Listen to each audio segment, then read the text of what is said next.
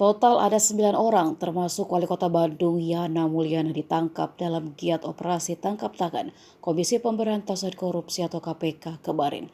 Kepala Bagian Pemberitaan KPK Ali Fikri mengatakan selain Wali Kota, mereka juga menangkap beberapa pejabat lainnya di Dinas Perhubungan Kota Bandung.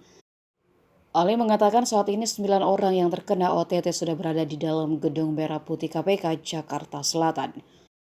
Adapun Yana Mulyana dan kawan-kawan ditangkap karena diduga terlibat dalam praktik suap menyuap berkaitan dengan proyek pemasangan kamera pengawas atau CCTV dan penyediaan jaringan internet di Bandung. Dalam OTT itu KPK mengamankan barang bukti uang ratusan juta dalam pecahan rupiah.